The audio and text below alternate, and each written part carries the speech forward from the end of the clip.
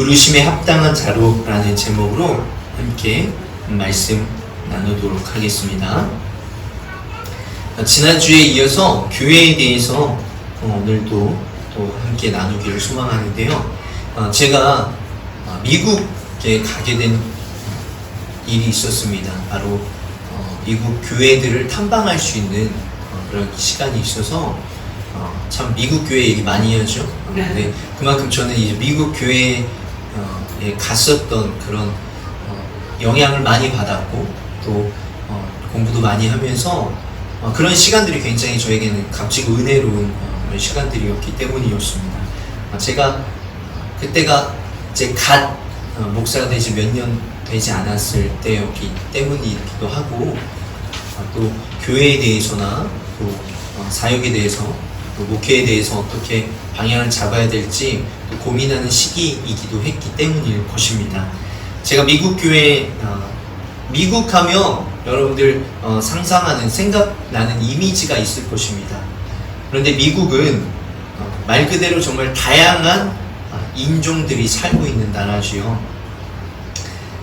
저희 자녀들이 있잖아요. 저희 자녀들이 유튜브를 많이 보는데 유튜브에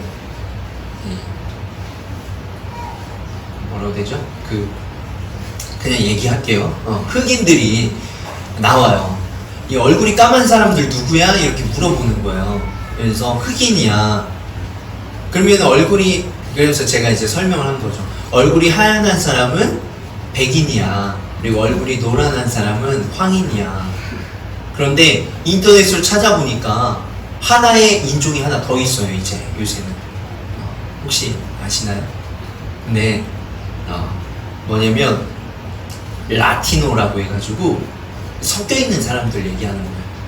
라틴어를 쓰는 사람들이라고 해서 예를 들면 멕시코 사람들이나 아니면 포르투갈 이런 사람들 있잖아요.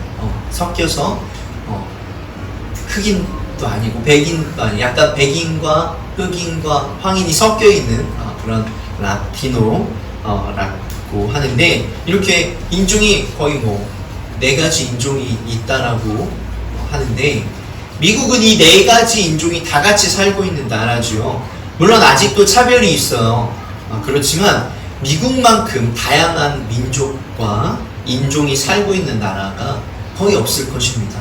왜 그렇죠? 미국이 추구하는 그 자유, 프리덤이 있잖아요. 그렇기 때문이기도 한 것 같습니다. 교회도 당연히 마찬가지겠죠. 미국 교회 하면 백인들 위주의 교회도 있고 또 흑인들 위주의 교회도 있는데 섞여있는 교회들도 아마 있을 것이에요. 제가 탐방했던 교회 가운데에서 LA에 있는 케빈 하 목사님, 한인이에요. 근데 교포 2세죠. 케빈 하 목사님이 섬기고 있었던 뉴시티 교회가 있었습니다. 홈페이지에서 가져온 건데 앞에만 보셔도 굉장히 다양한 사람들, 다양한 민족과 다양한 인종이 있는 것을 보게 됩니다. 이 메인 사진이에요. We are the New City Church. 이 뉴시티 처치가 가장 기억에 남는 교회 중에 하나였는데 미국에서 한 2주 조금 더 있었나? 그 정도 있었는데 한 10교회를 넘게 갔어요. 밥 먹고 교회 탐방, 밥 먹고 교회 탐방 이렇게 했었던 기억이 나는데 이 목사님은 직접 이제 인터뷰까지 뵙고 인터뷰했었던 목사님인데 아까 얘기했죠. 4가지 인종이 약 한 25%로 거의 비율로 있다 이렇게 이야기를 하더라고요. 실제로 가서 예배도 드렸는데 실제로 그래요. 다양한 민족과 인종들이 있었습니다. 그리고 그것뿐만이 아니에요. 3분의 1은 정말 못 사는 극빈층이라고 할 수 있는 노숙자, 어떻게 보면 홈리스라고 표현을 하는데 홈리스 회복센터에서 지내는 사람들이 있었고요. 또 하나는 다운타운의 고급 빌라. LA 한마디로 얘기하면 서울이라고 볼 수 있는데 서울의 중심가 강남에서 나오는 사람들이 있었어요. 그리고 또 이제 외곽 지역, 서울 외곽 지역에서 사는 사람들이 있었죠. 그러니까 이 재정적인 부분으로도 이렇게 고루고루 나눠져 있었다라는 것이에요. 그러니까 다양한 민족, 다양한 계층이 모여서 다양한 세대까지 이루어지고 있었다라는 것을 보게 되죠. 그런데 사실 말이 정말 쉽지 않습니다. 네. 세련되게 차려입은 도시 사람들이, 젊은 사람들이 몸이 불편하고 냄새나는 그런 홈리스들과 함께 어울려져서 아무렇지도 않게 예배드리고 있는 것, 정말 쉬운 것은 아니에요. 그러나 이렇게 예배드리고 있었다라는 것이에요. 그들과 함께 지내고 살고 있었다. 이것이 정말 진정한 교회이지 않을까, 그런 생각들이 듭니다. 그리고 또 제가 직접 이 케비나 목사님을 인터뷰하면서 인상적이었던 것은 무엇이냐면, 이 목사님은 일단 변호사를 하다가 부르심을 받고 이제 목회를 하고 이렇게 있었는데, 직접 개척을 해서 200명 정도 되는 그런 교회를 불과 10년 안에, 네, 급격한 성장이죠. 10년 안에. 그러니까 책에도 나오죠. 네, 그런 교회를 만든 점에서 저 개인적으로는 굉장히 깜짝 놀랄 만한 일이었고, 그리고 두 번째는 무엇이냐면, 교회의 특별한 비전과 가치 때문에, 나중에 얘기했지만, 교회의 특별한 가치가 뭐냐면 포용하는 거예요. 포용하는 것이기 때문에 누구까지 포용하냐? 예, 동성애자까지 포용하는 것을 보게 되었어요. 한국은 이 동성애자가 사실 많지 않잖아요. 근데 미국 같은 경우는 한 10에서 20%, 뭐 이 정도 되기도 하고, 많은 곳은 한 30%까지 되기도 하고, 그러니까 드러내요. 이제 드러내지 않는 경우가 많지 않아요. 그런 사람들까지 이제 포용하는 것을 보게 됩니다. 우리가 LA를 서울이라고 따지면 얼마나 많이 있겠습니까? 그러니까 그런 동성애자까지도 포용하는 것을 보게 됩니다. 그것이 굉장히 인상적이었고, 마지막으로는 소그룹이 인상적이었어요. 우리로 얘기하면 속회, 목장이라고 할 수 있는데, 이 모든 소그룹은 무엇을 위해 존재하냐? 지역 사회를 위해서 존재하는 거예요. 여러분들이, 그러니까 소그룹이 모여서 뭔가 하라는 거예요. 몇 명이든 좋아요. 여러 가지 그룹들이 있어요. 한 20개 정도 그룹이 있었어요. 근데 그 그룹이 어떤 그룹이 있냐면, 지역의 홈리스들, 아까 노숙자들 위해서 옷과 음식을 매주 제공하는 거예요. 그리고 또 거리의 아이들을 위해서 생일 파티를 열어줘요. 그러니까 이 소그룹이 다 다른 거예요. 우리가 하고 싶은 거 하는 거예요. 그래서 도시의 정원을 가꾸고 잡초를 제거하고 청소하는, 나무들을 이렇게 다루는 그런 일들도 하고, 또 병든 사람들 위해서 가서 기도해주는 사역을 하기도 하고, 또 전통적인 방식으로 길거리 전도를 하는 거예요. 노방 전도를 하기도 하고, 또 은퇴하신 분들을 찾아가서 이야기를 나누고 돕기도 하고, 또 선교단체와 연계해서 선교를 하는 그런 것도 있고, 또 거리의 중독자들과 또 영적 회복을 위해서 봉사하는 그런 분들이 있어요. LA에 가보면 깜짝 놀랐던 게, 큰 길가인데 골목길만 가면 노숙자들이 있어요. 골목길을 그래서 무서워서 못 가겠더라고요. 예. 혹시 뭐 총이나 칼을 가지고 있지 않을까, 이런 소심한 생각이죠. 그래서 빨리 가기도 하고 그러기도 했었습니다. 근데 이런 사람들을 위해서 돕는 거예요. 그리고 또 요양원을 섬기기도 하고, 또 삶의 다양한 문제들로 힘들어하고 어려워하는 여성들만 또 돕는 사람들도 있고, 돕는 그룹들도 있고, 또 남성들만 또 돕는 그룹들도 있고, 아무래도 이런 그룹은 남성들 그룹이겠죠. 아까 또 여성들 돕는 그룹이 여성들 소그룹이겠고, 이런 식으로 각자 하고 싶은 그룹에 들어가서 서로의 역할들을 감당하고 있는 그런 소그룹들이 있었습니다. 그래서 참 이런 이 교회를 보면서 굉장히 도전이 많이 되었죠. 고린도 교회에 물론 재정적으로 어려워서 예배당을 매주 빌려서 예배 드렸어요. LA에서 예배 교회 건물 갖고 있는 게 정말 쉽지 않습니다. 네, 서울보다 땅값이 더 비싸요. 사실 뭐 그렇게 보시면 됩니다. 그래서 매주 극장 같은 데서 예배를 빌려서 이렇게 드리는 것을 보게 되는데, 오늘 말씀으로 돌아가서 고린도 교회의 상황을 보면 고린도 교회도 참으로 다양하고 힘들고 어려운 일들이 많았어요.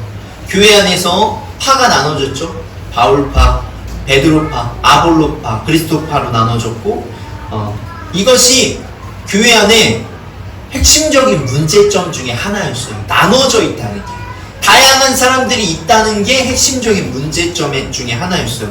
이 나눠짐이 아까 뉴시티 교회처럼 하나가 되는 것이 아니라 갈라지게 하는 요인들이 되었다는 것이에요. 교회는 참, 여러분도 마찬가지지만 참 다양한 사람들이 모여요. 교회는 열려있는 공간입니다. 누구나 와서 예배 드릴 수 있는 공간이에요. 그렇기 때문에 사실 문제가 시작되면 끝이 없는 거예요. 다양한 문제, 예측할 수 없는 문제들이 일어나죠. 고린도 교회는 결혼한 사람, 결혼하지 않은 사람, 이혼한 사람 가지고도 문제가 되었고, 또 종과 노예, 상전, 이런 문제들도 되었고, 오늘 말씀에서 보면 할례 받은 사람, 할례 받지 않은 사람, 즉 유대인이냐 로마인이냐, 이거 가지고도 문제가 또 되었어요. 인종 가지고도 문제가 되었다는 거예요.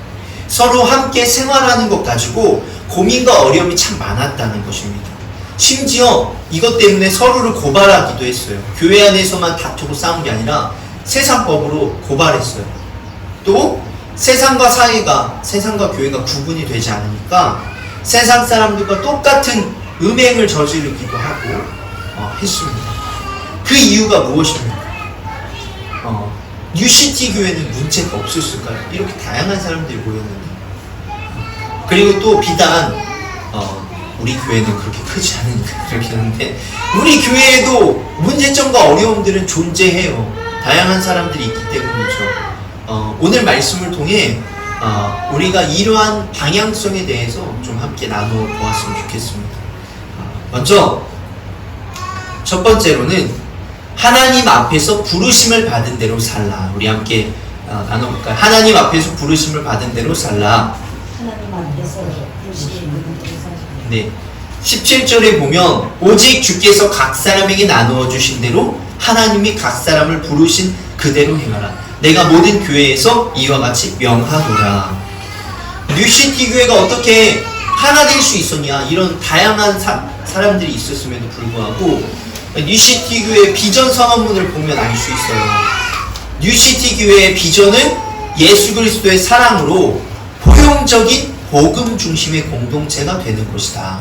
이 공동체를 통해 사람들을 하나님과 연결하고 함께 성장하면서 도시를 섬기고 하나님의 왕국을 확장하는 사역을 감당한다. 이렇게 표현하더라고요. 즉 그리스도의 사랑으로 포용하는 복음 중심의 공동체다라는 것입니다. 그래서 여기에는 정말 다양한 사람들이 많이 있었어요. 마약 중독자, 전과자, 어린 시절의 학대와 불행한 가정 환경으로서 정신적인 질병이 있던 사람들도 있었고, 뉴에이지와 이슬람 등 타 종교에 심취되어 있던 사람도 있었습니다. 그리고 고등학교도 졸업하지 못하고 오랜 시간 무직자로 살아갔던 사람들, 또 그와 반대로 은행 투자가, 엔지니어, 하버드 졸업생, 학위 소유자 등 정말 다양한 사람들이 있었어요. 근데 그런 사람들의 공통된 고백이 있어요. 이 교회를 나오면 공통된 고백 뭐예요? 우리는, 같이 한번 따라해볼까요? 우리는 하나님 없이 우리 자신의 삶을 살려고 노력함으로써 우리 자신을 엉망으로 만들었습니다. 두 번째, 우리 예수님의 죽음과 부활을 통해 온 은혜는 하나님과 관계를 맺는 유일한 방법입니다. 뭐예요? 우리 모두는 하나님의 은혜 안에서 살아가지만 엉망이다라는 거예요. 아무리 내가 선생님으로서, 아무리 내가 똑똑한 사람으로서 그렇게 산다고 해도 우리는 모두 다 엉망이다라는 거예요. 이 고백이 어떤 고백이죠? 우리는 하나님 앞에서 모두 다 동일한 존재라는 거예요. 남을 판단하거나 정죄할 자격이 없어요. 우리가 살 수 있는 단 하나의 이유는 오직 하나님의 사랑과 은혜 때문이다 라는 거죠. 하나님 앞에서, 이 말을 다른 말로 얘기하면 하나님 앞에서 우리 모두는 죄인이다 라는 거예요. 엉망이다 이렇게 표현하는데, 잘난 사람이 아무도 없다는 거예요. 단지 우리의 사회적 지위와 외모가 다를 뿐이죠. 이 사회적 지위와 외모가 우리를 구분짓지 못한다는 거예요. 주님은 뭐라고 얘기하죠? 주님 안에서 우리는 모두 다 하나의 가족이다. 우리는 오늘도 하나님의 사랑과 은혜로 살아가는 사람들입니다.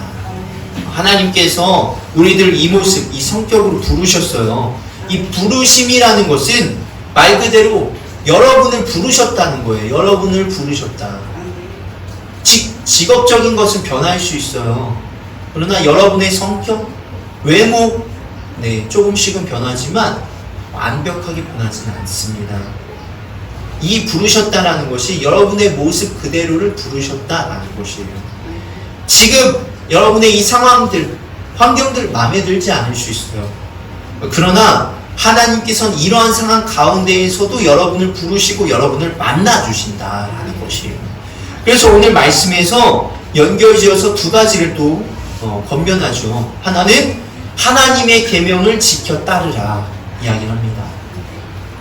이것을 먼저 이야기해요. 19절에 보면 할례 받은 것도 아무것도 아니요 할례 받지 아니하는 것도 아무것도 아니로되 오직 하나님의 계명을 지킬 따름이라. 여러분의 상황보다도 우선돼야 될 것이 무엇이냐, 여러분의 어떤 인종, 환경, 지위 이런 것보다도 우선돼야 될 것은 하나님의 계명을 따르는 것이다. 이렇게 이야기를 하는 것이에요. 여러분의 모습, 내 상황보다도 하나님의 계명을 우선시하고 말씀에 순종하는 삶이 되어야 될 것입니다. 두 번째는 자유함을 위해 노력하라 이야기를 합니다. 그래서 21절, 22절에 보면 내가 종으로 있을 때 부르심을 받았느냐 염려하지 말라. 그러나 내가 자유롭게 될 수 있거든 그것을 이용해라 이야기를 합니다. 무슨 말이냐면 종은 어떤 사람에게 속해 있는 낮은 신분이죠. 굉장히 낮은 지위에 있어요. 그런데 뭐예요? 자유롭게 되길 위해서 노력하라는 거예요. 즉 여러분의 지금 상황과 환경이 마음에 들지 않을 수 있어요. 여러분의 어떤 지위, 여러분의 어떤 직업, 여러분의 어떤 환경들이 마음에 들지 않을 수 있어요. 그러면 나아지기 위해서 노력하라는 거예요. 여러분이 종이었을 때 만났습니까? 그러면 나아지기 위해서 노력하라는 거예요. 하나님이 여러분을 언제 부르셨습니까? 그때보다 더 나아지기 위해서 노력하라는 거예요. 그런데 무엇이 더 앞서야 된다고요? 하나님의 계명을 따르는 것이. 그러니까 인간적인 노력보다 하나님의 계명을 따르는 것이 더 앞서야 된다는 거예요. 그러면서 22절에 뭐라고 얘기해요? 주 안에서 부르심을 받은 자는 종이라도 주께 속한 자유인이요 그와 같이 자유인이 있을 때 부르심을 받은 자는 그리스도의 종이다. 그러니까 종도 주님께 속한 것이고 자유한 사람도 주님께 속한 것이에요. 그러니까 여러분이 지위나 환경 나아지기 위해서 노력하지만 그건 매우 중요합니다. 우리가 나아진 삶을 위해서 노력하는 건 매우 중요하죠. 다른 사람들도 마찬가지예요. 여러분의 삶이 더 나아지고 윤택해지기 위해서 노력하는 건 굉장히 중요합니다. 더 값진 모습을 위해서 노력하는 건 중요하죠. 그래서 봉사도 하고 취미활동도 갖고 또 여행도 가고 운동도 하고 열심히 사는 것 다 좋습니다. 그러나 그것보다 더 중요한 것이 뭐라고요? 하나님의 계명을 지켜 따르는 것이다. 하나님께서 왜 나를 이런 상황, 이런 환경에 왜 이렇게 만들어 놓으셨냐 불평하기보다 하나님께서 왜 이런 환경과 상황 가운데 나에게 주셨는지를 질문하고 기도하면서 여러분이 더 나아지기 위해서 노력하고 그 부르심에 맞게 살아가라 이렇게 이야기를 하고 있다는 것이에요. 그래서 여기에서 중요한 것이 있습니다. 한번 따라해볼까요? 열심보다 순종입니다. 우리 한번 따라해볼까요? 열심보다 순종입니다. 그래서 말씀에서 먼저 하나님의 계명을 지켜 따른 후에 자유인이 되면 좋겠다, 이렇게 권면을 한 것입니다. 두 번째는 하나님과 함께 거하라입니다. 한번 따라해볼까요? 하나님과 함께 거하라. 하나님과 함께 거하라. 23절, 24절에 보면 너희는 값으로 사신 것이니 사람들의 종이 되지 말라. 상제들아, 너희는 각각 부르심을 받은 그대로 하나님과 함께 거하라. 우리가 구원받은 것은 무엇으로 받은 거예요? 예수님의 피값으로 구원받은 것이에요. 우리가 의식하고 정말로 감사드리고 또 하나님께, 그러니까 우리가 다른 사람 어떤 신경 쓰고 감사하고 영광 돌려야 될 것은 사람이 아니라 하나님이다라는 것이다. 우리는 하나님께 늘 하나님을 의식하고 하나님께 감사드리고 하나님께 영광을 돌려야 되는 것입니다. 하나님과 함께 거하라. 이 말이 무슨 말이에요? 늘 하나님과 함께 지내려고 노력하라라는 거죠. 아까 UCT 교회 수많은 봉사그룹, 사람을 생각하면 할 수 없어요. 왜요? 지쳐가기 때문이죠. 그러나 교회 다닐 때도 마찬가지예요. 사람을 생각하면, 인간적으로 생각하면 대놓고 얘기해서 우리 교회도 다닐 사람이 별로 없을 거예요. 그런데 우리는 늘 하나님을 바라보고 하나님과 함께 지내려고 노력해야 된다라는 것이에요. 사람들의 시선을 신경 쓰고 그렇게 살아가고 의식하고 살아가는 것이 아니라 하나님과 함께 지내시는 분들이 되시기를 간절히 소망합니다. 아까 했던 고백 다시 한번 따라해볼까요? 열심보다 순종입니다. 열심보다 순종입니다. 인간적인 생각 열심보다도 하나님이 우선이고 하나님의 말씀이 우선이고 순종이 우선이다. 오늘 말씀을 마무리하고자 합니다. 로마서 8장 28절에 보면 우리가 알거니와 하나님을 사랑하는 자 곧 그의 뜻대로 부르심을 입은 자에게는 모든 것이 합력하여 선을 이루느니라. 아멘. 우리가 하나님을 바라보고 하나님의 부르심에 맞게 살아가는 모습은 합력하여 선을 이루는 모습일 것입니다. 물론 지금은 그렇지 못할 수도 있어요. 그러나 말씀대로 살아가고자 노력하는 모습이 LA의 뉴시티 교회 우리가 볼 수 있었잖아요. 네. 말씀대로 살아가고자 노력하는 그 교회 바라보며 또 우리가 그런 교회가 있으면 어떤 희망을 갖게 되죠? 아, 말씀대로 살아갈 수 있구나. 이런 하나님의 부르심대로 살아갈 수 있구나. 이런 희망을 갖게 되는 것이에요. 다른 사람들이 그렇게 살아가는 모습들이 있다고 하면 그렇기 때문에 우리 또한 정말 하나님의 부르심에 맞게 합력하여 늘 선을 이루어가는 그런 우리 교회와 또 성도님들 되시길 간절히 소망합니다.